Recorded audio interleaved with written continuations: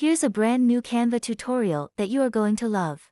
Open a blank canvas on Canva. I choose 1080 by 1080. Go to Elements, type Outfit, go to Photos, and select your photo and bring it into the canvas.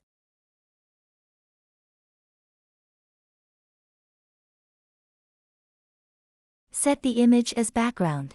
And I just go to Adjust, then Color Edit. I'm gonna select the green because I want to change your outfit to a different color.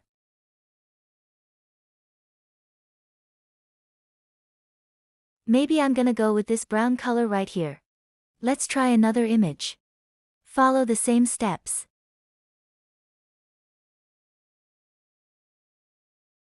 Here you go, wasn't that so easy? Once you're happy with your color adjustment, go to Share and then download it as a PNG. I hope this Canva tutorial was helpful.